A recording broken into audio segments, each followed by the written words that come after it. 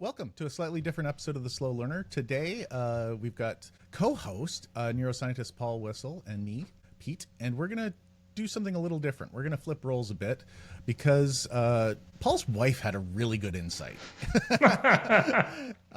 She sort of said, why don't you guys interview each other so that the audience can kind of understand who you are and where you're coming from? And it just clicked, like, of course, that makes perfect sense. So we're going to slip this episode in the middle a bit because it sort of adds a little more depth and understanding how this sort of show kind of came about, intersects with our lives. And it's just going to be a genuine chat from two people with two different backgrounds with a common fascination of neuroscience and comedy. And we're going to, take turns. I was going to ask at the beginning, and then I'm going to interview him at the end. And yeah. So hopefully this will sort of give you a little bit more understanding as to what we're doing here and how it works. So I'm going to hand off to Professor Dr. Paul Whissell. We need a few more titles in there. Fantastic. Yeah. Esquire. So, Esquire. I've never figured out what that means. I just know you're a little lawyer. more important. Really? I think Esquire? It's an old-timey term. Why not just say lawyer? lawyer? You know what? Beside the point. So this is sort of like going over our origin story and the origin story of your podcast, which I'm very interested in. So the biggest thing is I don't think a lot of people are aware of this in terms of how interesting your history is. So you started in comedy and you moved into school. Nobody does that. I've never seen that before. And I'm curious as to why making that turn and, what led you to do it at that specific point. That's something I've always wondered. Okay. All right. By the way, I should mention I don't know what your questions are. You're asking me blind. Which is good. Do you want me to send them? Okay, so why did I do this? There's a lot of reasons. So I kind of can't answer that without explaining how I started comedy to a certain degree, which is I fell in love with it when I was in high school as sort of a freeing, unique pathway to sort of break free from a rather strict religious and controlled environment growing up when it came to perspectives and things like that. And I liked laughing. My family was always like about laughing. So it was sort of a good merge between the two. So I started when I was in high school with a friend of mine trying to write sets and perform in my hometown, which there was no comedy clubs, but we found a way to get on restaurants before bands went up. And we'd go up and he'd do impressions and I'd do jokes, and then we'd never be asked Impressionist back. comedy. Oh my God. Yeah. He was great at impressions, and my jokes were just so terrible and nothing anybody wants to hear over dinner. And so it evolved that way.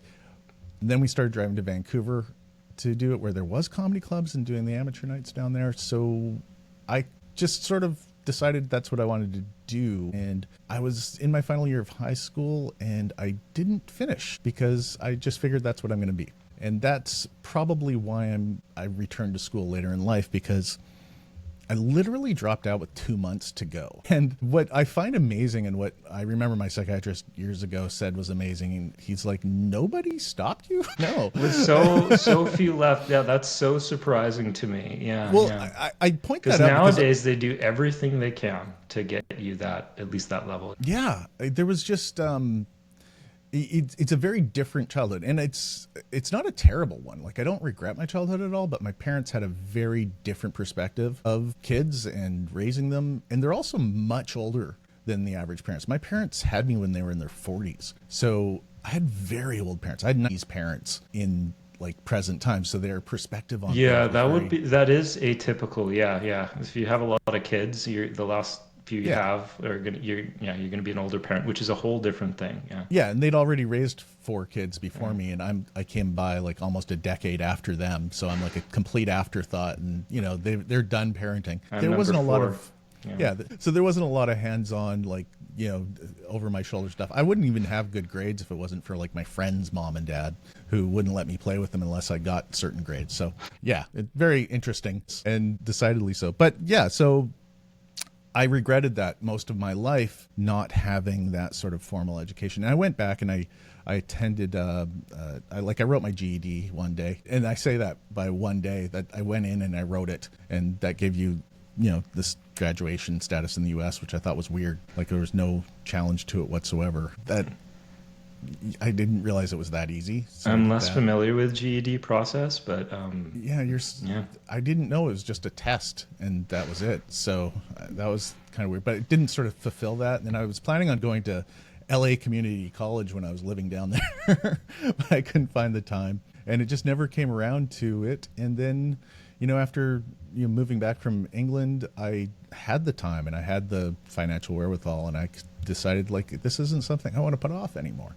I've always been curious, and there's also a weird thing that happened in my comedy career that sort of pushed this forward. Is I found I was making really strong statements as I was writing Edinburgh shows, and I was really curious if I was right.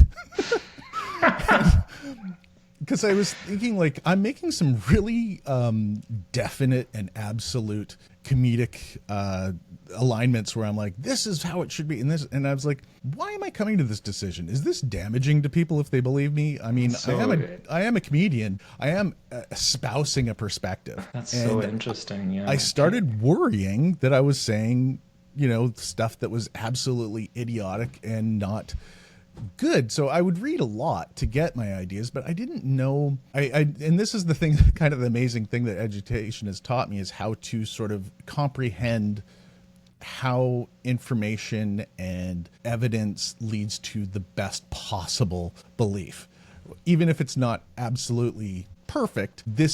You can follow its lineage through supportive sort of steps to see rationally how you get to this point.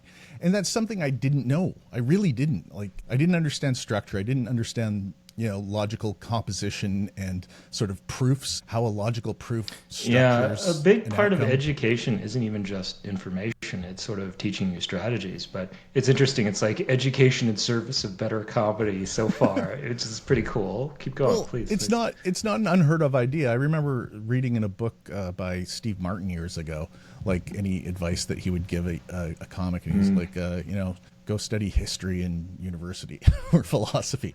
And it's like, in a way, he's right, because it sort of adds to a sort of a depth and understanding. But I do also find it hobbles me a bit, because now I'm overly concerned about being accurate rather than just being fun and whimsical, Yeah, it doesn't have to be technically accurate to be funny. This is like one of the biggest things. It's like, no, you can only say it if it's statistically true.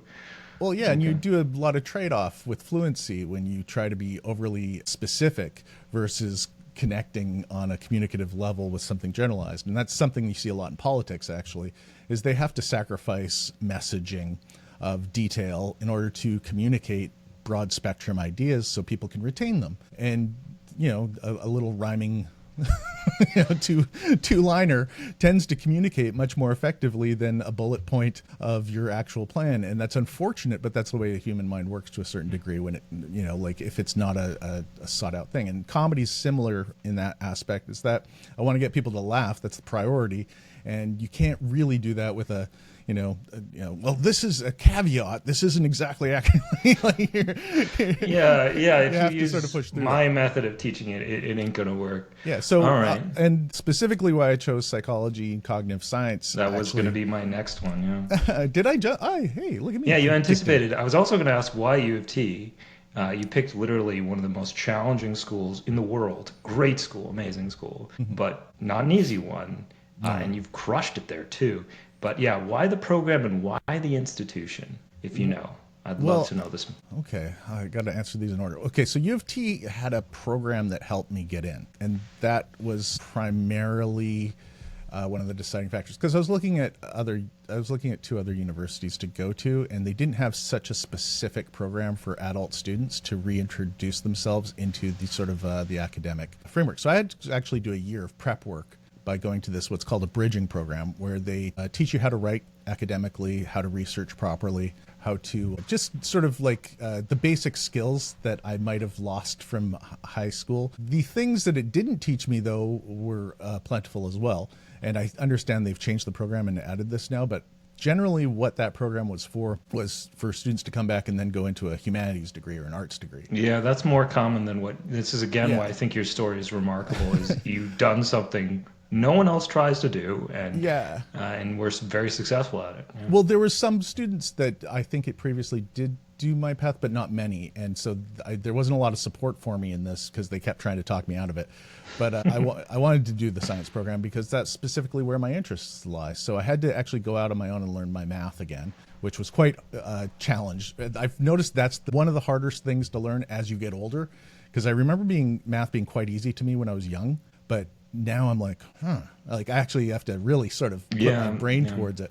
But I do love it. I will say one thing. I enjoy math on a level I never did as a young person. Then why do psych? That would be my follow-up, because it seems like, judging from what I've seen, you're really good with that stuff and you like it, but you went the psych route, or sorry, cognitive science more generally. Well, because that encompasses everything that I'm kind of talking about. From my perspective, cognitive science and psychology were underlying the idea of consciousness, which is one of my key interests. Why are we conscious? Why do we have this sort of ability to interrogate ourselves mentally and have sort of a rich experience in life inside of our own heads? And how does it arise? And how does that sort of, how can that be replicated? And I actually didn't realize cognitive science was a specific discipline until I got here. I thought that would be taught in psychology. It's not a program everywhere, And this was a big thing. It's been one of the most successful things they've added to the standard curriculum. And a lot of people like it, a lot of people benefit from it, a lot of great research, and a lot of happy students. Not an easy program, but produces, I think, really good work. And I have to give credit to a magazine that I I still do read regularly, which is called Wired. And I love Wired magazine. I've always loved technology, and I've always loved sort of forward-thinking optimism and things like that. And they did an article on a researcher from ICL, Imperial College London, named Carl Friston, who kind of came up with a concept and a framework for how intelligence and consciousness evolved. And I just found it fascinating, and it resonated with me right away when I read it. And it made perfect sense. So, like that we sort of reduce our sort of exposure to information in our general environment by just predicting and minimizing the next moment through error correction. And that immediately was like, I need to know more. There are some really big, to those of you out there, these are really big theoretical ideas that sort of underlie the whole discipline, the idea of simulating and predicting, and adjusting for it. That's a big thing. But it is especially fascinating. Like, if you're into that, those discussions can go on endlessly. Yeah, it's really, I think, really remarkable how in depth you can get. So how you ended up at university, why this program, why this university, because they had a program you wanted. So just to, some lighter fare, because I'm actually curious about this myself. I started with a heavier question. So just to clarify, everyone, not only did I not show Pete the questions, I have no interview experience. I deliberately studied the worst interviewers and questionnaires. The worst interviewer of all time was Jay Leno. Oh, really? That's a surprising choice. Yeah, I always thought he was a terrible interviewer. But I mean, he wasn't a bad comic. He wrote well. His audience did its audience, but I always never liked the way he interviewed with people, because he'd go, yeah, and then he'd go on to the next time. But anyways, the question. I am curious about these little things. So, do you listen to other podcasts? And if you do you have a favorite and least favorite? I love the wince of pain. Please leave that in. So I asked that question because I'm super curious about this. Like, this is a big thing in podcasters. They sort of are obsessed with each other, and they're on each other's shows all the time. So there's like a whole culture around it. I'm wondering if that's something you're interested in or familiar with, or if you're coming at this I feel terrible answering this question, because was the worst podcaster me? That's fine. No. I feel I don't want to be disrespectful to this medium that I'm wading into, because fair enough. It's but I'm going to answer it. I want to give context to some of my. I want to be clear that I don't listen to a lot of podcasts, and it's not because I don't like podcasts. It's that I have a hard time finding ones that are consistently with something that I'm interested in. So I'll often listen to one episode, but then I'll look at all the other topics and I won't be interested in them. Yeah. Or there's a perspective that's self-aggrandizing, which bothers me a lot when I think that the underlying motive for a podcast is the person trying to promote themselves. And I know that's weird, but I think that's a Canadian thing. Really? Which is why I don't enjoy the Lex Friedman ones.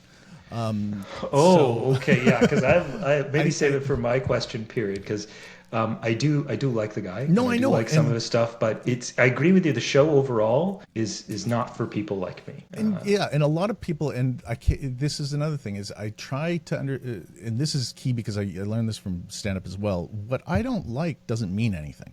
And what I like doesn't mean anything because I have Yeah. specific tastes for my palate that doesn't add this show is good or this show is bad in any way whatsoever.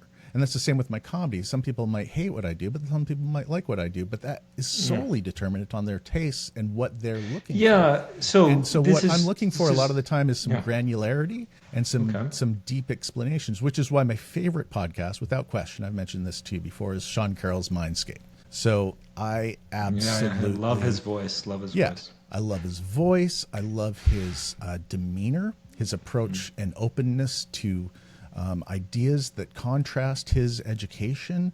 I love that his curiosity has a deep granularity in a wide spectrum of topics, and he's just he's a iconic sort of example of what I imagine high level science communication and academia can be in the most romantic sense of the word. I think he's sort of captured that. That's the exact type of answer I was hoping for. Again, the reasons why people like something, I think, is really important to pay attention. And I agree with you that it's a lot of his personal preference is very idiosyncratic. When I say I don't like this podcast, it doesn't mean it's bad. And very rarely is that the case. I just think it's interesting because some people like go in with a model. I'm trying to be the next X, or I want to be like this person. And that's clearly not the case for you, which is interesting. Well, I don't want to be anybody else. I think that, and that's kind of what I No, think, never dreamed of it. This no, I try to avoid, and I try to catch myself if I try to emulate somebody else too much. Yeah. Although that's a trap too. You can't. I mean, we're all composites of millions of little parts of things. But for podcasting, I don't think I'm an expert on any level. That's for sure. And that's so partly why definitely I've am named not this either. Yeah. the slow learners. That That was the next one. Yeah, you knew it was coming. You know, as to why it's slow learner and not anything else. Well, 'Cause you don't strike me as a slow learner, is what I'm getting at. Well, see, that's the thing. I am a slow learner, but why is slow learner? I've always thought this was weird because it's kind of an insult. The slow learner is the slow learner, and I don't think that's correct. And I kind of wanted to choose that name specifically because I wanted to change people's perspective on the idea of and it's not like a complete pushback against it. I think it's still funny to be called the slow learner and sort of pursue a sort of a higher sort of academic understanding, but learning something slowly is not a bad thing. And learning something over the period of your lifetime is a great thing. And it adds a quality that I didn't really understand until I kind of did it and put the effort in. Because there's something about just being autodidactic and learning on your own is very satisfying. But it's also kind of like eating dessert all the time. Like there's no pushback, there's no structure to it, there's no real effort because you get to choose where you pursue things. So when you learn things on your own, that's great and it's important and everybody should do that. But if you learn it in the context or the structure of sort of a rigorous idea where people push back against your ideas and people sort of give you a format. So you're contending the slowness is what makes it better. It's you're doing it the right way. If it's slow, is that the idea? Instead? Yeah, and I'm not saying it's the right way either. I'm just saying it's a more nourishing way of knowledge. And some things take time, and everybody learns things at a different rate. It took me twice as long to learn math as everybody in my classes. Like I would have to spend hours on calculus when everybody else was kind of getting it, you know? But that's not a bad thing. That's just the way I have to learn it now because I have to have a very good understanding of the structure of where it fits in and, you know, why differential, equations matter. I've always been fascinated by that. And there are theories about this in intelligence research. There's this debate around whether smart people truly learn quickly or whether being smart is just using the information well. So some people take a while to learn but are exceptional at using what they learn, whereas other people learn quickly but are not distinguishably better at making decisions with what they know. There's a whole area around this, but I digress. Because I was always fascinated with why you took slow learner as your title. For that reason, I again operated on the assumption that it was bad. I also became aware there's one other podcast with that name on books. Really?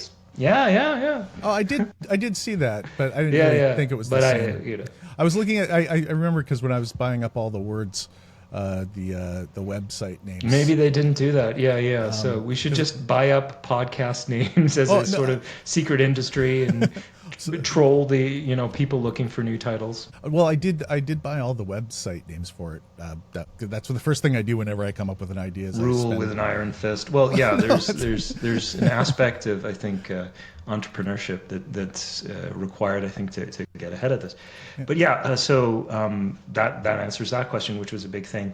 also, I should mention quickly too that part of my idea behind the podcast, while it is about comedy, neuroscience, and humor, I also want to eventually encourage people to pursue later in life education, solely because, Yeah, and this is one of the few social media sort of websites I use is Reddit, and it's a good I choice. well, I do enjoy sort of the deep dives that some of the expertise that weigh in them, but I like the most common question. Like if you just type it into Reddit search, go, "Am I too old to?" And there's literally 100,000 posts of people insecure, scared, worried that they're too old. And the ages will punch you in the stomach if you're above 30. Like, I'm 23. Am I too old to go back to Yeah, I'm know, like, oh my God. Yeah. but So it's endemic of I like every that. stage in people's lives. There's this race against time, this fear that they've passed a critical point where they can't. And that's just, I really have an aversion to this type of thought. I don't think that there's any age that's too old for anything. It's the right age if this is when you want to do it, and you can do it, and do it. I That's like the that. that's the important So- thing, and it maintains sort of a vibrancy. If you're not focused on this idea that there's a clock ticking down, your life takes on a different sort of meaning and framework where you can fully be present and enjoy the things that you're vested in at the current time. And that's so important for our society that we've lost in this critical busy work, busy stage, get things Yeah. done, achieve. And I kind of wanted this podcast eventually to sort of be an outlet for people for that after I get through the comedy and neuroscience phase. Yeah. Well, just you can keep the comedy phase. We'll see how long science lasts because it's a fun add-on. Yeah. It's like, would you like fries with that, and so on. But it's not so much the main course as sort of the comedy and life lessons bit, which go together well. I really like that perspective, though. And just to speak to this myself, being older now, doing academia right. You are a lifelong learner. That's your job. And it's this crazy thing where you'll learn something in school that you studied as a student for hours and hours and hours. And all these pieces of evidence in support of some grand theory, you can know them all. You can list them in order.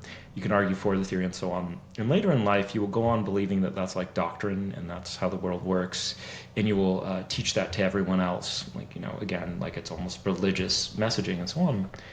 And then what happens is many of those theories are overturned or questioned. A lifelong learner is always reading, always challenging themselves, and you have to eat humble pie a lot of the time. It's like, oh my God, this thing I've been arguing about for 20 years is wrong. I have to start over.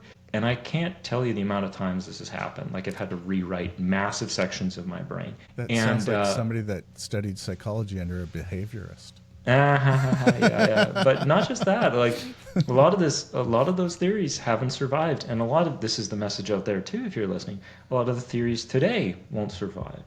And I think the thing about learners like yourself is they are brave enough to start over, to abandon what they knew and to do the hard work to learn something new.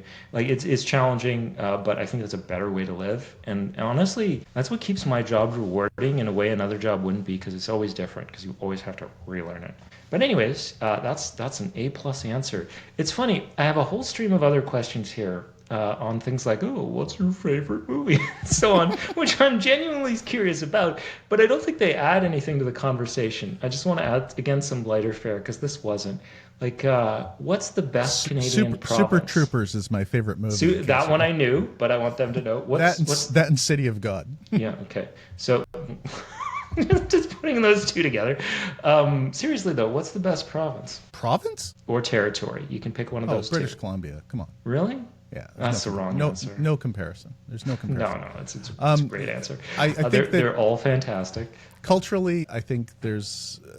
I appreciate all of them for everything. I've lived in Quebec. I've lived in Ontario. And I didn't know you lived in Quebec. Yeah. Yeah, when I was much younger, I adored Quebec. I think it's an incredible place to live. I didn't speak the language beautiful. well enough, Yeah. And I think that takes from my experience. But Montreal was possibly the most creative place I've ever been. BC is wonderful for a lot of reasons. Just the beauty, the inspiration. There's that sense of awe, which is an important concept of human experience, and BC provides a lot of awe. And then Ontario's got a rich education. I love the education level here. I have a park by my house where I walk my dog, and I've met more impressive people in my little park in Toronto than I have anywhere. Like That's amazing. Like people with PhDs. I should go to that park. It would be and good for my career. It is. It's one of the most interestingly highly educated cities in the world. And I've lived in London. I've lived in LA. Like Toronto has a really unique every person feel for the accessibility to kind of incredible people, and I like that. Well, again, I really like that answer. I think there's something wonderful about all these places. They're different, but they're great in their own way. Even the difference between parts of Ontario, like they're not all the same. Like I'm from Northern Ontario, and I always joke that it's the woods out there. It's all the woods. Even your university is a camp, that sort of thing. But that's wonderful if you're from there. Like I love being from there. But that's what I was going to ask you as a follow-up. Do you feel like you're from anywhere in the sense like you imagine yourself or would explain yourself as being from? Because you've been to so many different parts of the world and lived there for so long. Have you ever identified with a particular region, just one? That's a tough one to answer because they can't all be easy. No. Super troopers. No, good I don't choice. feel like I'm from anywhere, and that's kind of like okay, I'm going to get heady on this answer. All right, love it. This goes to sort of like an aesthetic that has been reflected a bit, and I don't know if it's just myself, but I know there's a movement in modern literature. So I wasn't familiar with this literary movement before. I audited a few English classes at U of T by an incredible English professor who's now retired that gave the most incredible lectures. I don't want to use too many adjectives, but I don't want to sound like ChatGPT turning in an essay. You can tell when someone uses incredible. it. As soon as you see the word leverage, you're like, oh, this is definitely AI. I use leverage all the time. I know you use AI. That's how I know. Anyways, keep going. So there's this sort of literary movement that moved away from the sort of the hypercritical sort of sardonic phase to the universal homelessness phase, where none of us feel from a place in literature, in that sense of sort of lost connection to the world. And I feel like I'm part of that because I don't feel like I'm from anywhere in particular. I don't feel like I have a deep home anywhere. Having spent probably a decade of my life in Los Angeles, a decade of my life in Vancouver, a decade of my life in London, England, and nearly a decade now in Toronto and various other places in between. Culturally, I didn't really connect with English people. Culturally, I definitely didn't connect in Los Angeles at all. That I'd imagine is very different. That was very. It's than funny. It's here, more different than England for me. Like England felt closer to what I am. Well, sorry.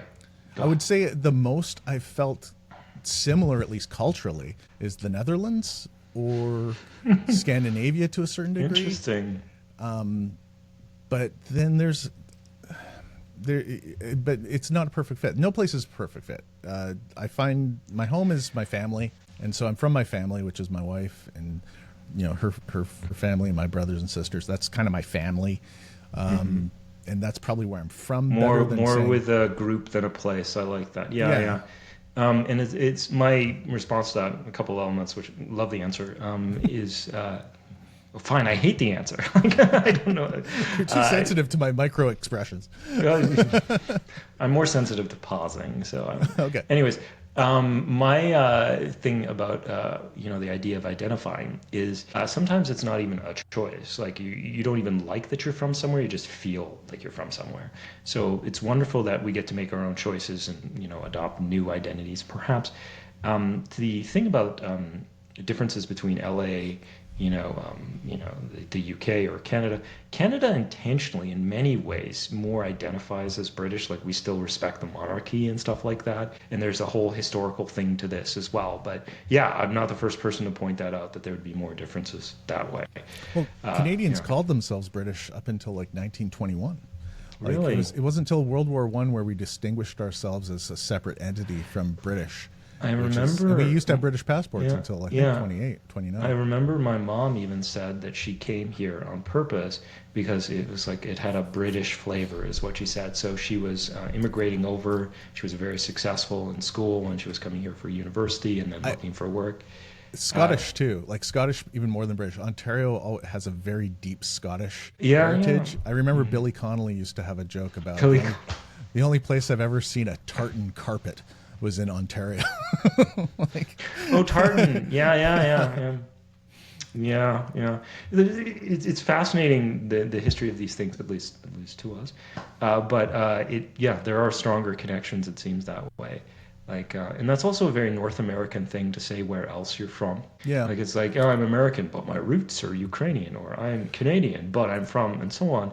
Well, Uh, your it, job is very North American too. Like people don't really ask you what you do first in yeah, Europe, whereas they in North don't. America, no, it's like they just talk to you, kind of. Like it doesn't really like you'll just talk to somebody for like 15, 20 minutes when you first meet them, and they don't go, "What do you do?" Like whereas here, I find that's a very quick question. Like, so what do you do? Yeah, What do you well, do? yeah, it's one of the main ways we classify someone. It's like by these different variables and job is one. It's I one of the really places hate. I most consistently Yeah, lie in my entire life. Yeah. yeah, yeah, yeah. I really hate telling people what I do. I almost always just say teacher first, because the follow-up is always, it's a mixed bag. So some people like education, higher education, some people don't, and so on. But yeah, in your case, I can see why you wouldn't. It's like, Yeah, I used to say a writer, and they go, "Oh, what do you write?" I go, "Technical copy for instruction manuals." just give the most dry answer to make sure there are no follow-ups, right? I love that. It's just like purposefully, like extinguish any odds of a question. Let's see if I have anything else here before we wrap it up. I had some heavier ones, which I asked right at the start. Yeah, yeah. So these are great. You want to hear some of these? You don't have to answer No, them. no, So just I like it. It's fun. all right. Here, all I have written is, will AI kill us all? Yes or Ooh, no? I love talking about AI. It's weird that I I know do a you do. podcast that has none of it in it. No, Yeah, well, Lex Friedman's did for a while. yeah, AI Um, won't kill us all, but the people that use it might. ooh, that's a I, dark answer. I don't think. First of all, I don't like that what we have is an AI right now, and unfortunately, the sometimes terms matter, and you try to keep them separate, but then the overwhelming use of an inaccurate term then has to become the de facto accurate term because you can't push back against it anymore. And I think that's what's happened with the term AI. What we have isn't particularly true. It's not like now we've used more sort of granular terms like AGI or Yeah, I've so noticed they add the general now you to have to distinguish it. because what Like, we of what have is type of AI is Skynet? Help me out with that, see we have nothing like anything that's contemplative. We have something that's an incredible simulator of human intelligence, and that's what it is. It's a simulator that is useful because we can simulate what a human's response would be at the best of terms using the best data. And so you have like a simulation of a person that has the most extensive experience in the world, but there's no actual rationality or underlying logical construction that's taking place in the realest of terms because you can't deductively generalize in the way that modern AI is working. Modern AI is simulating deductive generalization, but it's not actually doing it because it doesn't have the ability to create full abstractions. And until there is a sense of place in the universe that the thought is coming from and can place itself, it can't contemplate. It's stateless. And being stateless it has really no actual value other than a simulation. But it's a valuable tool for humans, very valuable tool. And I'm not discounting its importance, because it's very important. It's very useful. But the idea that there's any consciousness, that there's any sort of there's no clear path from what we have now. So I was just going to interrupt. I'm so sorry, but the idea that it's conscious is a whole separate podcast or dystopian movie.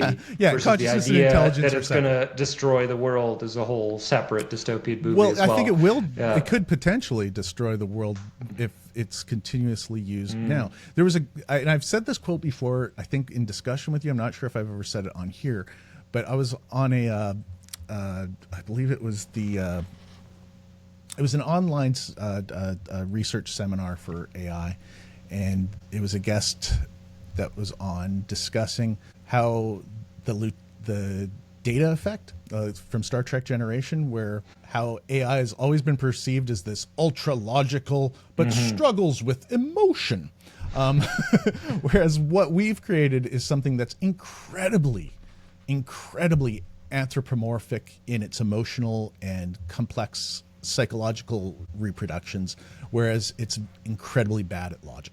So we've actually you have said that to me privately, but not here. I don't think it's the Lieutenant Data effect, because it's the opposite of what we've always predicted AI to be. We have incredibly pervasive, and humans are naturally very strong to anthropomorphize everything around us into sort of a humanistic framing. And that's the disadvantage of the current AI to a certain degree, is that people can be manipulated because they want to relate it through the eyes of an anthropomorphic system. And that's where we're seeing exploitation. That's where we're seeing sort of emotional manipulation on large scales in social media, in ideas, and and that's the danger more than anything else, because it's being used as a consumerist sort of motivator more than it's being used to help, soothe, encourage, educate. Yeah, so it is, I find, useful as an educational tool if you understand the limits of it, and you make sure to do your own fact checking. Like helping it direct search is somewhat, fine. Just the other part about soothing or helping, like there's a whole interest now in AI mental health care, like as a way of providing that. And I got to tell you, there's a lot of research on this, incidentally. I'm not the first person to bring this up, some great articles in some big journals, but I got to tell you, one of the most amazing things is how nice and polite AIs are, and how touched I was that someone was happy to see me and get my questions. Like I'm just how do I approach this analysis? And they'd be like, "That's a great question." I'm like, "Thank you." It's flatter your ego a bit, but it's interesting because people also, like myself, have trouble being rude to it. Like I found myself actually typing "thank you," and not just because it was a learned motor pattern. I'm like, that was helpful, thank you. And it's like, you're great, and it's like, you always been there for me, And it's just like, so there's a whole other level to that we can get to. But I think that's really important. You've added some balance to what I hope wasn't an overly critical sort of stance. I think we're not going to be able to get rid of AI. We can't put it back in the bottle for what we've got right now. No. And I do think it's got some incredible benefits. I love the speed and the improvement in general information access is wonderful. But I still, you still have to retest, and you have to sort of push back against. And I often like to think, how is it trained to answer this way? Like different things like that I find quite stimulating intellectually, and I see this as being a huge advantage in the future, allowing each of us to have a bigger breadth or portfolio of knowledge and expertise. But I'm not a doomsayer. I'm actually quite an optimist when it comes to a lot of things, particularly AI. I do worry about how we can have effective oversight and protecting. And I don't think and I really have a problem with how we protect older people. I have very little worry about young people. That everybody worries about with kids. It. Yeah, it's like the whole spam chain letters thing from our era, or phishing scams were a big deal, and we're going to see something similar with, I think, AI. There's an epidemic of it that we're not even covering in the news. Well, like of older people being 9-hour video essay on techno optimism. Have you ever listened to one of those video essays? No. It's just a whole thing. Yeah, it's a whole. They're a lot of modes of content presentation. Like we're doing what's called long form conversation, more long form than conversation or whatever. But video essay is kind of like they can do these for an hour or 3 hours. And some of them are high production value, and sometimes it's host driven with a person talking a lot, intermingled with videos and clips that are relevant. And these are long. They are not short. They are long. But it's sort of like a viewpoint. I think the most, influential one I'm thinking of, like, it seems like this is very similar to like a lot of the stuff that ContraPoints does. And I just listened to their video on conspiracy theories, which was great. But anyways, it's like a whole thing. Oh, you would really like it. It is really good. The arguments it makes, and it's genuinely funny. It's genuinely funny stuff. Oh, cool. Yeah. Yeah. Okay. Let's get on with this because I feel like I'm getting I've answered a lot of your yes. Yeah. Do you want to ask me a summary one because I want to get to ask you. Because you haven't had any chance to ask me questions that there's no way I'll answer correctly. I'm gonna grill you. So great. Yeah, it's like, is God real? Wrong answer. Whissell. Two. Yeah. So I had a bunch here. We don't have time for these, obviously, like Canada versus America and so on. Maybe it's best we don't ask that. Favorite psychologist or most influential one, or favorite author, pick either, that's guided your thinking, been in your journey of discovery. And we'll close with that one. I'd have to go with philosopher and neuroscientist, actually. The philosopher would be Andy Clark. Andy Clark sort of put into philosophical sort of frameworks the ideas of Friston and the free energy principle. And he also approached it and invited expertise and disciplines from every aspect of neuroscience and psychology to push back against him. And I think he's an archetype for what a great sort of intellectual approach to pushing forward in academia is. He clearly didn't let his ego get involved. He clearly didn't let any of the sort of the classic tropes of like things outside of academia where you go, this idea is, like how we're shown intellectuals in movies. This This not is like that. Yeah, it shouldn't be like that. Yeah. So he put out this pretty extensive paper. This is what I think. This is what I think. This is what I think. And then he's like, you know what? You're from the field of biology. Like you're from the field of specific regions and expertises in neuroscience and psychology to push back. Does this fit? Where do you see problems? Where do you do this? And then he published those integrated into his sort of philosophical paper with rebuttal where it was suited, with his concessions where it was suited. And I love that. And there's such an incredible embodiment of thought. Now, of course, I always loved Daniel Dennett prior to this. Yeah, dearly missed. Yeah, and his approach, but his approach was almost like an aesthetic. Like there was a masterful sort of capturing of some really beautiful prose mixed in with a communication that was almost like poetry, but it wasn't as specifically rigorous as somebody like a Clark, in my opinion, where he's really using the structure of philosophical sort of, does this support, how wouldn't it? Like there's a real sort of framework to it, and I appreciate that. Now, for the neuroscience side of it, Anil Seth is probably familiar. If your consciousness is your thing, check it out. Yeah, lots of his videos are online. Yeah. I adore him in a there's that intellectual humility, which is something that I didn't realize how important it was until university again, because again in the real world we're encouraged to be confident, lean in, I'm right. Whereas intellectual humility seems like a superpower in academia because it opens you up to to really getting to the truth. Really, well, not the truth, but the best source of things. I'd say does that. Yeah, I'd say the best type of academic is someone who's humble. At the same time, they don't have the same kind of fame, because I think a lot of people are attracted to the figures that are certain, that are loud, that are proud, and so on, even though that great discoveries are made by all types of people. I've got questions for you on this. Okay. So all right. You're going to have should to hand it off to you. And one last person, I want to throw a caveat out to Robert Sapolsky, who is a biologist. Great storyteller. Yeah. And he's this person that integrates narrative and communication with the high level science, and I love that too. I love the ability to communicate science in a way that's exciting, and tells a story. You know who else does that is, and I can't pronounce his name, is Yuevo Nouvel. He's the Israeli historian who wrote all those Noah great. Yeah, Harari. Yeah, yeah, yeah. yeah. We're He, familiar with him. I have a he, great he impression of him, and I've had no cause to use it. It's so niche.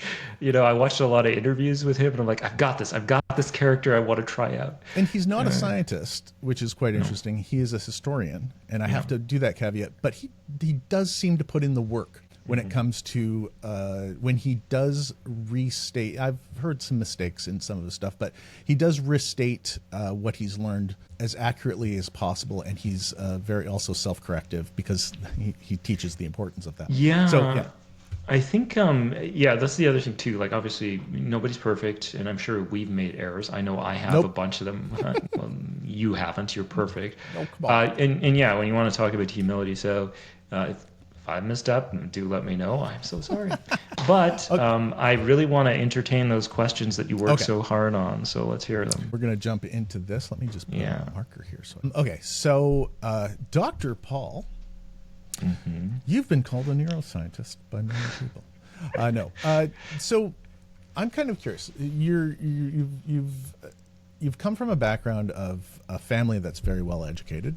You have parents who are PhDs, and do you realize how rare that is? Out of curiosity, that your upbringing has such a well-educated, unique sort of thing, and do you sort of push back against that sort of perspective to understand what makes it unique, what makes it advantageous, and what how it can distort your sort of perception from other people's Yeah, experience? so the first thing I have to say is I'm tremendously fortunate. It's not just that they were well educated, it's just they were well educated and we were well looked after. So they had the It's education that wonderful. allowed them to get a good job, that allowed them to support us and give us access to things we'd never have. So university was easier for us to access. We were aware of what we needed to do to get there. We were aware of what to do while there, and so on. All because that structure was there, that information was given. Breaking into university from the outside would have been much harder, much more time-consuming, much more expensive. And I have moments where I wrestle with myself. It's like, what if I was born into any other loving family on this planet that did everything for me? Would my life play out in the same way without those wonderful lottery benefits? I'd have to say probably not. I think of all the good things I've gotten to enjoy. So I got to start visiting universities because my parents worked there from the point I was like 5. That was like the first lecture I attended, I think was around then. 5. And it's not like I understood Yeah. it, not at all, but I got to go. And, there was a university in my hometown, great place, great university at the time.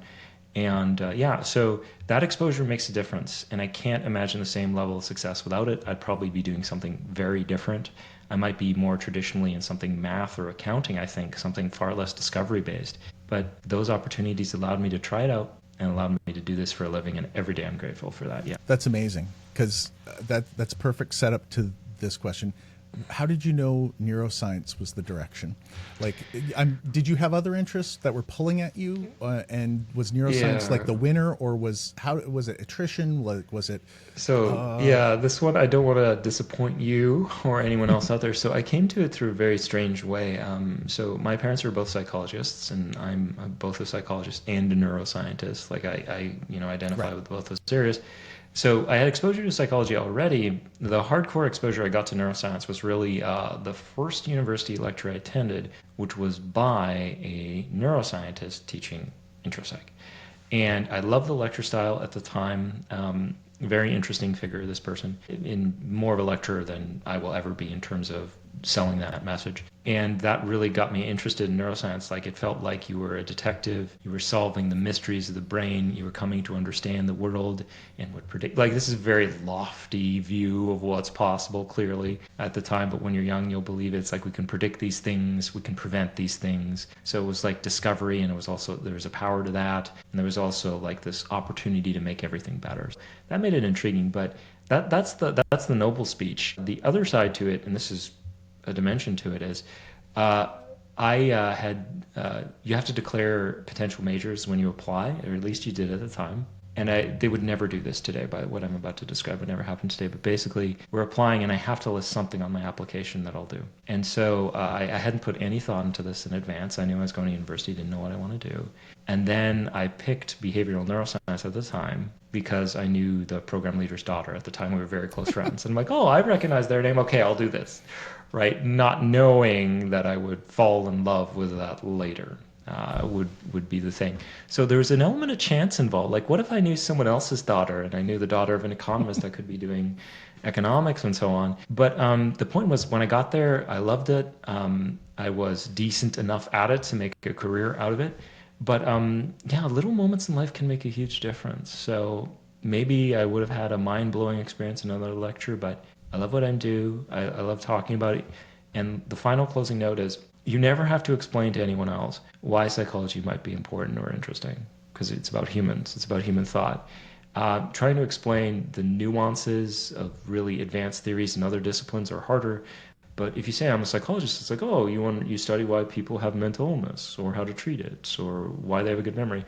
And it's relatable in that sense. It's a very human thing. I never thought about that sort of aspect of it. That's interesting.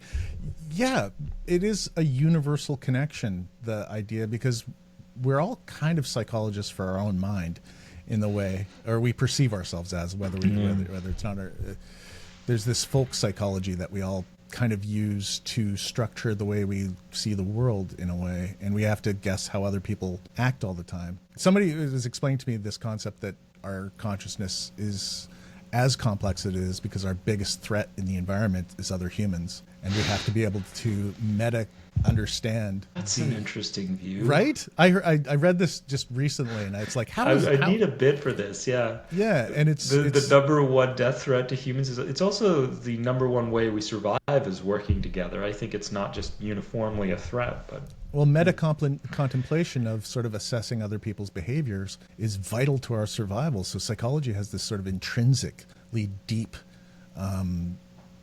need for us to both understand ourselves and understand others. Like it's written into our kind of our code for our existence. So that I find the way that you captured that in your statement quite resonating. In my statement, I submit before the court. Yeah. So okay, so I'm gonna take you continue on this for your educational path for a little bit, because as somebody who's planning on pursuing a PhD himself, I want you to sort of kind of walk me through the path of what it takes to get to somebody who's an academic, and some of the timelines, some of the sort of the milestones. This will be fun. Yeah, if you felt this was long, you've got another thing. And also some of the unexpected difficulties and unexpected joys, if you can remember anything, whatever you can remember. So first off, I've enjoyed every minute of my personal journey. I mean that very sarcastically. I've greatly enjoyed it overall. There are some dark periods, but the thing is, if you love something enough, that won't stop you. And I'm sure that's the case for you and your many creative endeavors. So that said, it's a long journey. So if you were to just take a look at the education required in today's environment, this is today's, not what was originally intended. So you have high school, obviously. You have 4 years of university. But now, increasingly, people are 5-year club, right? So 4 to 5, particularly if you can't get into the program you like, or you want to improve your grades or financial constraints or whatever. So 4 to 5 years just to finish what's called your undergraduate degree. So whatever area you want to work in, you need an undergraduate degree in that. Now, the next stage for many people is masters, and masters can be 2 years or 3 years. And again, certain factors, if it plays in your favor, you get out earlier. But it's this weird thing where students doing well are kept in the environment until they're done the great work they're doing. So it almost works against you. If you were bad, they'd get rid of you before the money ran out. But if you're good, they're like, sure you don't want to stay for maybe the rest of your life? So you have undergraduate 4 to 5, you have master's, which is 2 to 3, and then you have PhD, which is again 4 to 5. The median is actually 5. So adding all that up, like from the minute you enter into university to the minute you have your PhD, you're looking at already what would be 10 years and possibly 12 or 13 just to get to the end of that road. But we're not done. After that, you get your PhD. You have what's called postdoctoral. So PhD is a doctorate. Postdoctoral is after. And you can have one of those or two of those, and that can be 2 to 4 years or even longer. The environment is such that it's intensely competitive. So even if you were to finish all the education, that's not what's going to get you the job. It's, your currency in the form of publications, your currency in the form of teaching. So you could finish all the work and then have done everything and even done really well, but there's so few spots available that you need extraordinary work to distinguish yourself. So many people finish and they don't stay in academia. They transition into other areas, like marketing, consulting, administration, other things. I stayed because I loved it and it was worth the wait. So I did a postdoc afterwards, postdoctoral, fellowship, and then I transitioned into teaching within the university setting. That said, the position I have now is not, bulletproof. It's contract-based, effectively. So even then, I'm happy that I have it. It's very rewarding, both, psychologically and financially, even if it's short term. But the point is, it's a long journey. It's an uncertain journey. And the reason to do it is not, I want to make money. The reason to do it is, I love it. Because you have to love it so much that you would do it even if they weren't paying you. Because they're not going to. No, they will, but you wait. You wait is the thing, to be honest. So that's something I'd say to be mindful of is if this is for you, you got to love it. And if you have other priorities in life, that's great. Go for them. Go for them, absolutely. If you want to travel the world, go for that. You want a different, more low stress job, go for that. So academia is not about. I think it's. I would say it's more of a calling than it can be thought of as a career because you have to love it to stay there. In addition to all the other things, you can't just be good at it. You have to love it because it's such a long journey. That would be the short answer. There's still more in there. It's funny that it's a calling, just like kind of there. I think there's a number of pathways in life that are calling. I think the arts as a whole. Yeah, I find it's very similar in that respect. Yeah. Like, and the types of people who do well are similar. And I joke about this, and I can say this because maybe you can correct me on it if I'm wrong. But I'm like, it's like the odds of being a famous researcher are the same as odds of being a famous comedian. It's just like they're about equal amounts of these things. That actually, I'd say that's pretty dead accurate. That's about the right amount of people. When you think about it off the top of your head and the levels of fame and the breakdown, it's like, but it's you should never go into academia to be famous. You should go in because you love discovery, and a lot of the discoveries you have will be disappointing, but you got to love the process. It's similar to comedy. I mean, I think if you don't love comedy, you can't do it because it's just too hard of a path. Like the starting out phase, especially now, your skill set has to be different now versus what it was when I started, but you still have to have the sort of the fortitude to make it through a lot of lean years. Or have, like, you got to wait support for your passions to be realized, and so, you have So our academic, when you started, was that, have you noticed any massive shifts in how it was from how you went through to how it is now? Like I've noticed, like you mentioned publishing. Now I know that publishing, I'm watching people try to get published now in their undergrad. Which I know 10, 15 years ago, other than Claude Shannon, who has the most famous undergrad published paper in history, and never got his PhD, even though he there are a lot discovered of information theory. There are a lot of absolutely brilliant people who just say screw it and go out on their own and succeed that way. Like a lot of software entrepreneurs talk that way, like school is stupid. I left at 18 and now I'm worth $3 trillion. School is Peter Thiel, I think, is one of those guys a lot that they of made them fun are, of in Silicon I'll Valley. pay you not to go sort of thing. A lot of these people, so this is the thing, university is great for certain people. Maybe even a lot of people. It's great for me. It's not great for everyone. Some people don't need it in the same way or benefit from it. So I would recommend it, considering it to everyone, and then make the decision that's good for you. But anyways, in terms of massive shifts, that's actually a good thing to point out. When I was younger, university was special training that you would get for a specialized job for which that was useful. So fewer people went on the whole. Now, this unfortunately creates a situation where you have an expensive institution that trains you for well-paying jobs, setting up perhaps reinforcing cultural or status. Have you noticed any major changes in that path that's taken place? And like I mentioned before, when I first asked this question, like for example, publication seems to play a huge role. So what are your thoughts on this? So a couple things to touch on here. The first is that university went from sort of restricted access, where it wasn't, a few people would get it and was very beneficial for those people for certain jobs, but it's very specialized. It was understood it was not for everyone. So a major change in culture is this idea that everyone should go. So we went from everyone needs a high school, which was the case probably when we were growing up, to what it is now, everyone needs high school and university. So we've moved from this sort of niche training in specialized concepts for certain jobs towards more this general thing where it's a certificate, and it's sort of required for doing almost anything, which is a big change.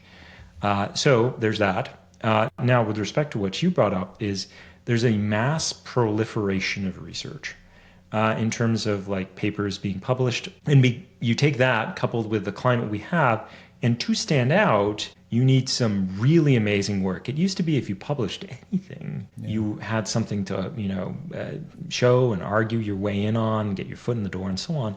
But now the standards are much, much, much, much higher. And it's also like sort of confusing in a way to navigate this research, like to distinguish the good from the bad and so on. Like there's a lot of papers being published that sadly are not that good for various reasons. And it's true, there are other things that have been identified, like outright fraud. Outright fraud is a small thing, but it's large enough that we should pay attention. And poor analytic practices. The replication crisis has several causes, to list. There's too many to say here. But a big change has been mass proliferation of research, a concern about how much is good, how much is bad, how much is influential, how much is being read.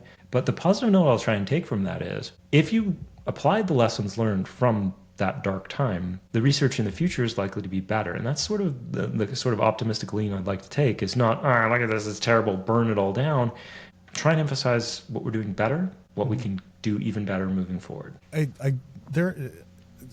There's so many things that I find interesting about that. The fraud thing I love. I find that so fascinating because some of the ones that I've read about are hilarious. Yeah, they're bananas. Adding names to all the authors' names, but in a font that isn't visible, so it just shows up on in search engine classifications. That's bizarre. That's I just find that one really funny to sort of game the score that you get on Google Scholar. Yeah, that's reflective of a greater problematic philosophy. Like in any industry where there's a performance metric, we've tried to do this numerous times. Like in baseball, it's like winning percentage, that's a great team. ERA, that's a great pitcher. In hockey, the outcome. Yeah, but the issue is, it does. So as soon as you suggest to people that that's the indicator of what is good, everyone aims for that, and the measure ceases to be useful. So if you have like H index and so on, everyone tries to maximize that, and then suddenly it's about H index and not actually truly about research. People do that in stand-up? Well, yeah, you get that sort of devaluation of credentiality, credential inflation. Like now, if you look at credits, so many people don't actually have credits that they claim they have, that credits don't matter to a certain degree. That's sad. So like I've watched those. Really, like you'll just really? see blanket credits for pretty much every kind, and anybody can put out a CD, anybody can put out a special, But there used to be sort of somewhat of a difficult discernment for that, to a certain degree. I mean, I also think the breaking down of those barriers is good in a lot of aspects. I don't think that either is great. Yeah.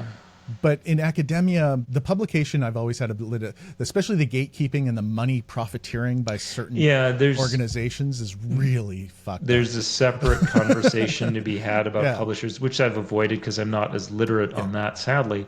But that is an issue, like research being funded by the public, and then the public pays again to access it, and the money is being, like disappearing into this other aspect of the system. Before I get drawn into this, because I don't want to focus on the negative. I got some short questions. Lots of positives there. If I can, one more thing before we roll on. There's a great book on this from a couple of years ago by Stuart Ritchie that covers it in a very accessible way. If you're curious, check it out. It goes over a lot of these same ideas. And this is not to say any one person or group is a villain. There's all things we can do better. So, including myself. All right. Also, I'd like to add that the replication crisis didn't just happen to psychology. Yeah, it's everywhere. We like to think it's psychologists, but no, it's literally everyone.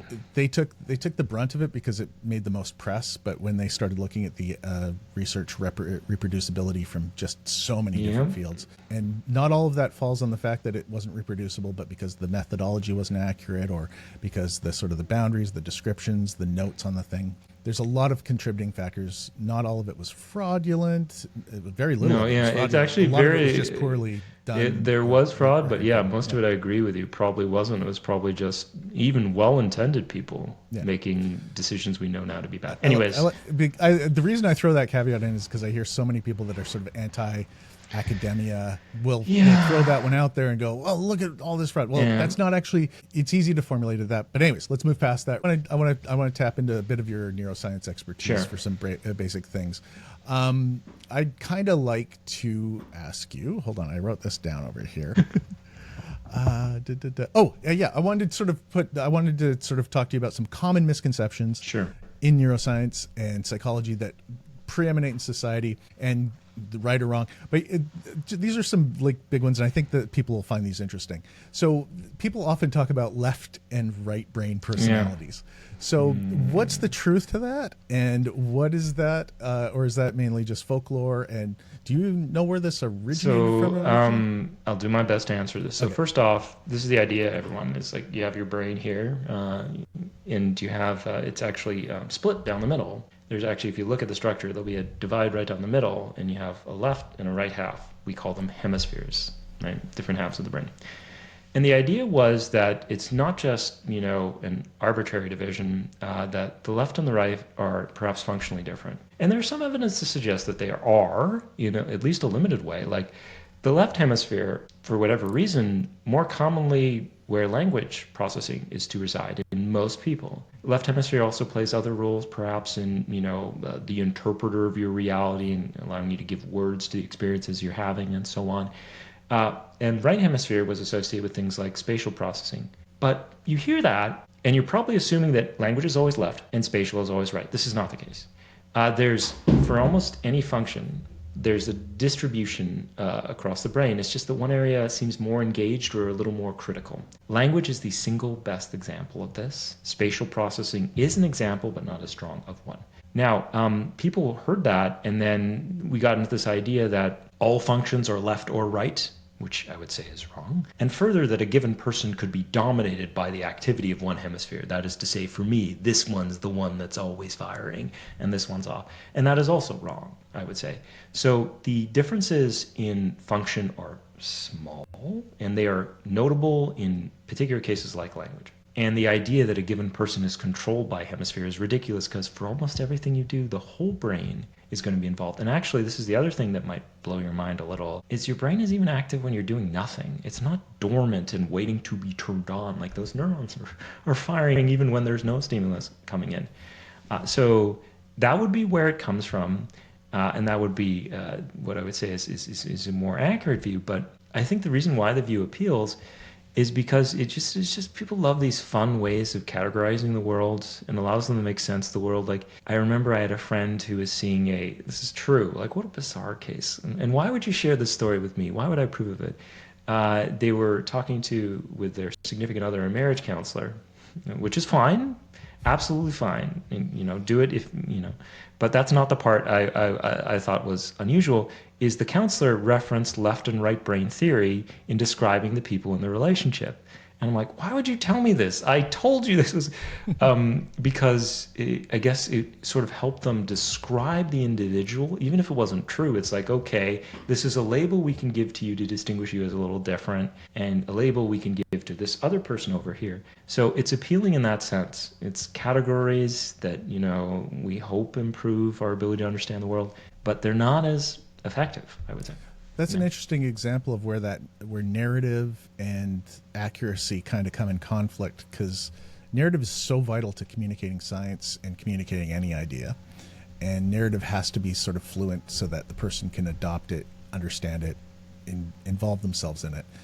And that fluency often requires a little bit of sort of adjusting. And I can see how a counselor might utilize that as a tool to make the narrative accessible. And we do that a lot of the times. We're not Yeah. 100% accurate. But again, depending on the forum, and this is where it's contextually important, and if you're a bad faith arguer, you can use that against people. Hey, that's, but it depends, I guess, on the outcome and the goal. Yeah. I think, now that I think of it, there's a couple more like affect, like your general feeling of positive or negative, maybe, differ by hemisphere and so on. But for the most part, when a lot of people bring that up, they're aware of none of the research and they're just looking for fun stories to tell about people. Well, like dopamine on Oh, yeah. That was always your pet peeve in class, which I found funny. Yeah. Well, yeah, because I think it's any of the transmitters that's well known, dopamine being one, serotonin being another. It also tends to be the one that's poorly understood. And I don't say this is like all high and mighty, like, oh, I know everything. No, the difference in my case is like I'm aware that a lot of these theories aren't true. It's not to say I know exactly what's happening, but I know what isn't the case. Well, anyway. Yeah. Endocannabinoids are a little misunderstood too, I think, by the general public. Endocannabinoids? Yeah. It's just, if you don't know what he's referring to, these are chemicals that are similar in terms of their targets to those in cannabis. So your body has some. Fantastic. Yeah, You've learned something today. My part will be educational only. Yeah. Okay, so what, if you can narrow it down, what surprised you the most in sort of recent neuroscience, like in the last decade, that has sort of one of the reasons I love neuroscience and cognitive science is because I think that there are more consistent, I guess you call them breakthroughs, but transitional perceptions, shifts of paradigm that consistently take place. Like, I mean, I mentioned earlier how behaviorism dominated psychology in the 60s and 70s, and then it sort of shifted into a sort of a cognitive, sort of a different sort of format of that goes over to processes, whereas the other ideas sort of evolved back and had more credence. Like, there's all these sort of big shifts. Which ones sort of caught you off guard or most interest you? Yeah, for me in neuroscience, there's been sort of two very related movements I want to describe now. So one common idea people have when they get into neuroscience is that there's a brain area for everything, and that the study of the brain very well explains the behavior seen. So there's like a brain area for emotion, the amygdala, and in cases where emotion is varying, the amygdala is active. And there's a grain of truth to these things, but that theory of one brain area, one function is wrong. It's whole brain area, one function, so there was a whole movement away. There was a period of these neuroimaging studies that identified brain area differences in structure and in function being associated with disorders. Like, in this disorder, the amygdala is too active. In this disorder, the hippocampus is too small. And this led to a belief at the time, and I will admit falling victim to this, that differences in the brain were strongly associated with disorders. And that was also overturned in that there isn't one clear signature of a disorder. But this is where we get to the fun new development, is that now we can use combinations or patterns within the brain in structure and in function to identify what are called biotypes of disorders. So there may be 6 or 7 or 8 or 9 or 10 different configurations of a brain that produce behaviors and thoughts like depression. So this is last 2 years or so, they've tried to identify patterns within the brain associated with disorders, with the surprise being many brain areas are involved, and many combinations of brain areas can bring about a disorder, for example. And many functions probably work this way too. So yeah, if you look at biotypes of depression or biotypes of other things, another movement, and again, some of these may not pan out, but they're worth looking into. Another movement is sort of like metabolic psychiatry. This one's interesting. This is sort of like taking a view of metabolism in the context of the nervous system and its contribution to illness. That's a whole area. Lots of fun movements. I think the one before that was gut microbiome. Like, yeah, there's that's always, what I was about to try. That was on the tip of your tongue, or you were feeling it in your gut, Yeah. But yeah, so you always have to keep tracking the field, and it's not like any one development's going to solve everything. Like, you're always should be on the lookout for what's new and what's falling out of favor and so on. Yeah. Well, I've always found that kind of amazing that the largest collection of neurons and ganglial groups are outside of the CNS is your intestinal. The GI sort of system there. Yeah, but, and next to no one is studying it is the amazing. Good people are, but not a lot. And also, like, the precursors to neurotransmitters, how much are sort of what we eat. And this one, for catecholamines, they require a certain amount of sort of carbohydrate and No. things like that. Are And we it's going one to of the get into reasons. the supplement part of our talk today? Because No. I've been Oh, waiting. oh, I didn't know. Do you think any supplements are valuable? I'm so glad you've asked that because I have this supplement here. This is my number one thing. Just in case you're curious, this is not a real can. It's just a container, but it looks like one. So what I like to do in professional work meetings online is just in the middle, just pull this out, just like that, and just see if anyone notices. Academia's Yeah, work. yeah, because yeah, undercutting the severity with my trademark lack of humor. But yeah, so diet can influence certain things. It's complicated to what degree that matters. So there are certain neurotransmitters that require elements from the diet, and therefore your diet will affect the levels of these things. But the relationships are fuzzier, I would say, and it's hard to tell what diet would be best for a given person. Yeah. So this idea that everyone needs this supplement to make sure they have enough serotonin, well, that may or may not be true, and that supplement may or may not increase the levels, and that may or may not have a good effect. Like, you see how many things you have to consider. So the research isn't clear on this. I think for tryptophan, uh, you know um, The sleepy tryptophan in the after. diet versus tryptophan being used to make serotonin in the nervous system. That's a whole area of research, most of which actually was done a while ago.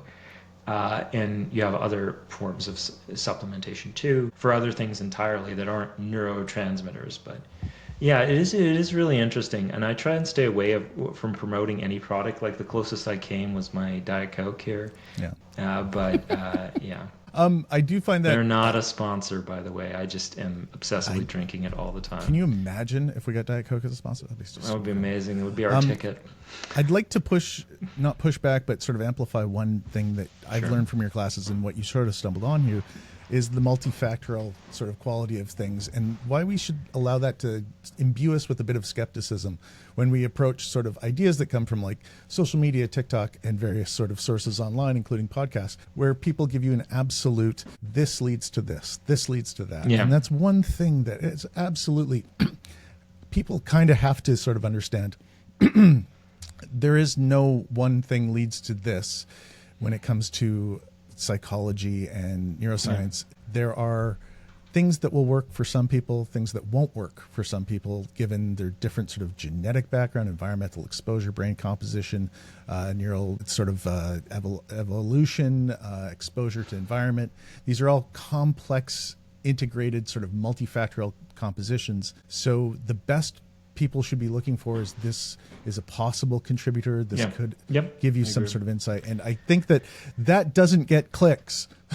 Yeah, well, but again, this is so important. This is what I was saying earlier. Like, if your goal is to be famous, this is not the place to do it. Research is not the place to do it, because the story, the real story, the one that the data is telling you, is very rarely a simple one. Very often it's a complicated one that often involves letting go of your assumptions, and so a little disappointing, but that's the real one. So yeah, it might not get clicks, but it happens to be closer to the truth. Like, this idea of protocols, or supplements or things reliably increasing your memory or your strength, that we should view skeptically, because that's rarely the case. Such effects tend to be small. But that doesn't mean we shouldn't look for them. It just means we got to be skeptical. Yeah. And open and intellectually humble. Okay, so now let's bring comedy into this. Okay. Now, one of the things that that we connected on early on in our talks is an appreciation of comedy. I, of course, like comedy and also perform it, but you were also a fan of comedy before we started talking, and you had quite a good literary background of comics and their acts, and I love that. So let's marry this to your expertise just a little bit. Okay, I'll try it. I want, from a neuroscientist perspective, how do you see humor as being important to humans? I know that's a big question, but you can narrow it as you like or expand on it. Yeah, so I actually wouldn't view this as a neuroscientist, but I'd view it as a psychologist, which I am. It's a very important way of navigating your own life and navigating like complex social situations with other people. Like, humor can be a tool to relieve stress in certain situations. Humor can turn a sad story into a funny one. That makes it profoundly useful. Most people, if you ask them how good it feels to laugh, that will be like one of their, or experience the emotional feelings that go with it, that would be like one of their top 5. Like, no one doesn't like that feeling. Like, and for me, if I'm not laughing, I'm like actually dying. Like the day is so slow and so painful. And if things are quiet or tense, like I have to say something ridiculous, I'm not a funny person, but I, do this all the time anyways.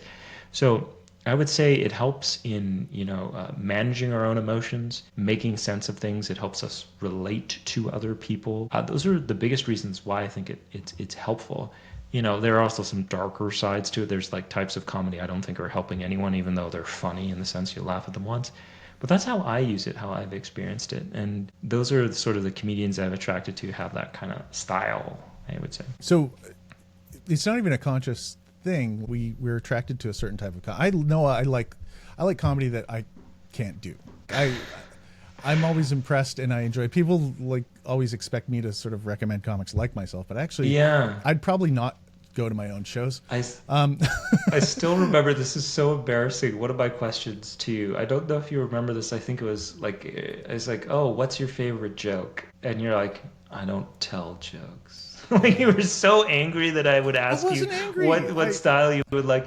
No, I know you weren't, but I'm saying as a thing. So I like listen to a wide variety of comedians. I like sort of the nonsense, non sequitur like comedy that has no clear narrative. Like that's good fun. There are a lot of like, sort of Hedbergian style. I think other people, and there are a lot also like like Stephen really Wright good does this story. too. So good storytellers are sort of a different vein, but I love those as well. But for different things, like there's certain types of comedy I just like can't get into. And if it's too like shocking and too dark, and sometimes that's it's funny, but I'm like this isn't a repeat listen for me. Yeah. Yeah. I mean, I think any type of thing can be addressed if it resonates. It's done right. Yeah. Yeah, and that's I think we also mature, and the more we're exposed to a certain type, we change, and also as we grow older, our tastes change. There's a whole, again, multifactorial, just like neuroscience. But some of the things about humor kind of fascinate me, and I know that we've talked about this, and this is things that I've sort of put a little bit of effort into in my undergrad and hopefully in my future studies, is that humor's universal. Like I find there's very few things that transcend every culture on the planet. Like from one's exposed to modern sort of interactions to classically isolated tribal regions to everywhere on the planet, people share humor, just like we share sadness, just like we share things. Yeah. But it also has some other things that I find quite interesting, is that we laugh and enjoy ourselves even before language, even pre-development, and Even if that's you don't kind of amazing. Yeah, so it all goes to like there are theories of how comedy may work, and some of them might not involve language or wordplay. Like one theory is sort of the benign violation theory, that what is funny is that which breaks a rule but no one is hurt. Right. That which breaks a rule but no one is hurt. Benign violation. So kids who have no words really, certain may find things funny if they're unexpected or unusual. That is benign violations. So they'll like, for example, put a pillow on their head and they'll be like, like laughing. It doesn't go there. Look at me. I'm like, you should do stand up. That sort of thing.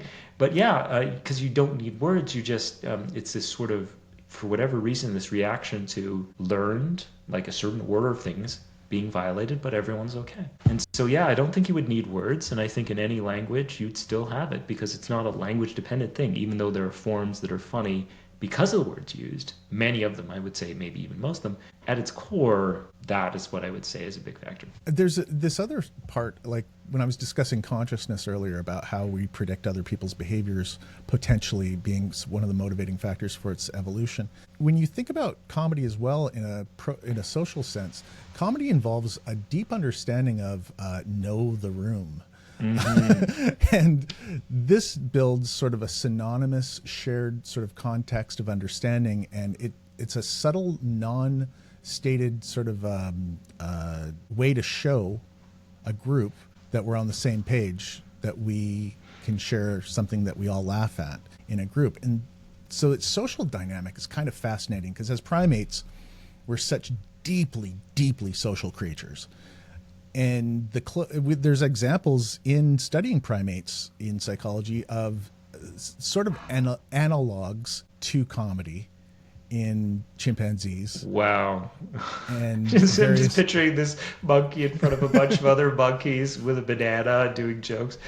But they Maybe there they is, yeah. they differ through certain types of play, certain types of enjoyment, and play and comedy are deeply intrinsically linked to a certain degree, and social status. And I find that sort of the fact that it's such an important sort of aspect of our existence with each other and finding not just part of our learning, part of our maintaining relationships. It's overwhelmingly across the board in psychology. Like it touches in so many different Yeah, there are a regions. lot of other things it's going to intersect with. Like when you're dealing with you can think of comedy in different ways, different perspectives. So, the joke teller doing it for a certain reason, and the response and the other person experiencing the joy, and then my response to them.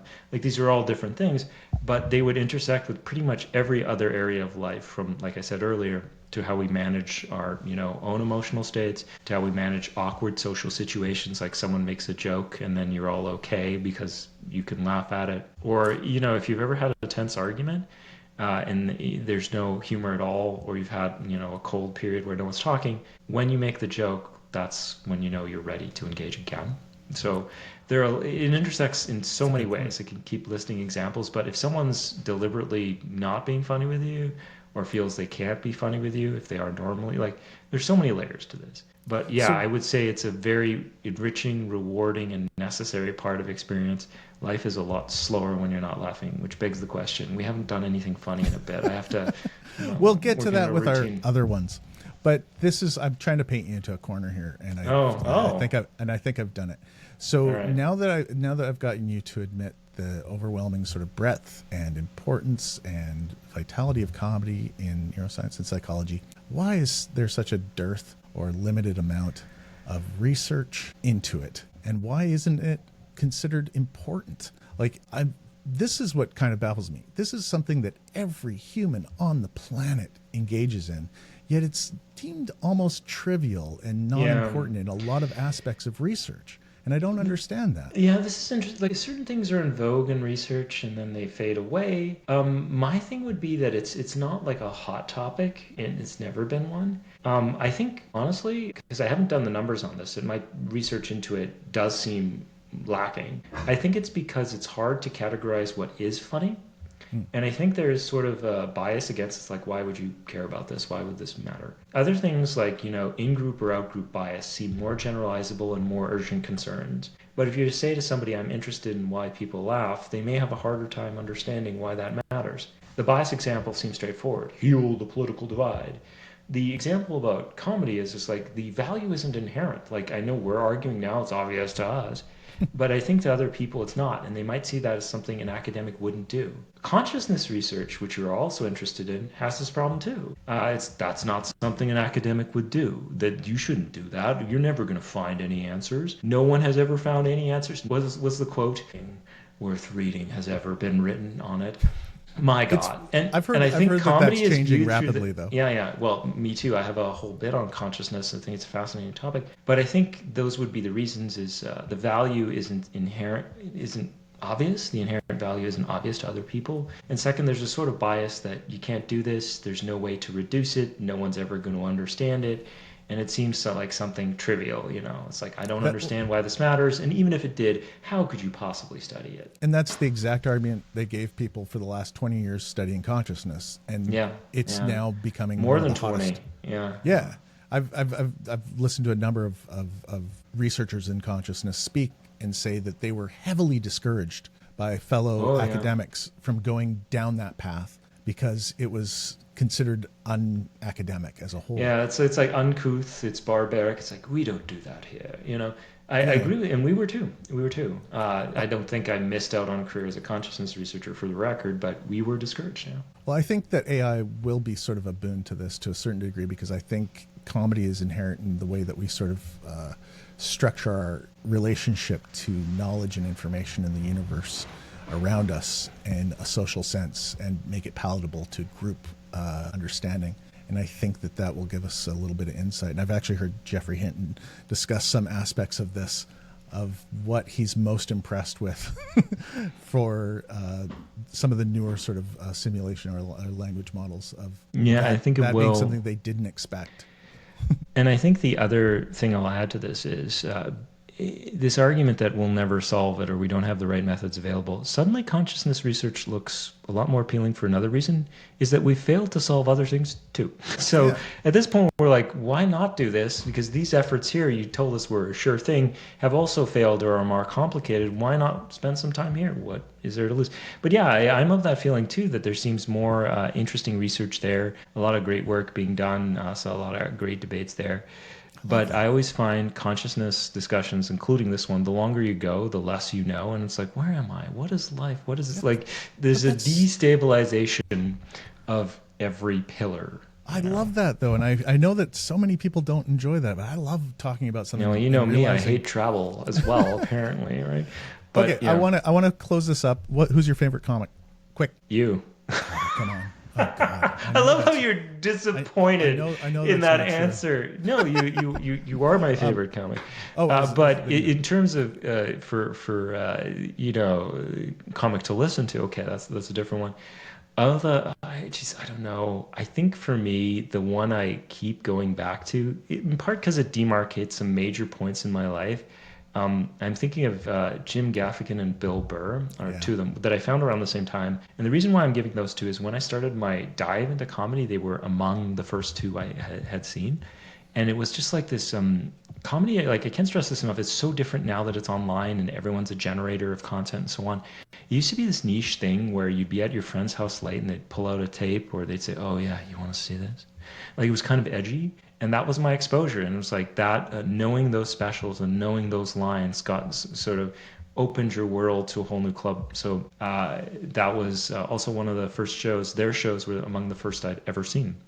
And that was, an exploration in a new way too. And I also saw them right after coming to Toronto, for example, and so on. So it touches, an emotional element of my life as well. So those would probably be the two that I would list. Yeah. Well, that's very cool. I like that because I think Bill Burr actually right now is taking on a cultural sort of mantelpiece outside of his comedy. Which is he seems he's like. But he's showing. Don't you think you went too far with your criticism of the church? Don't you think they went too far?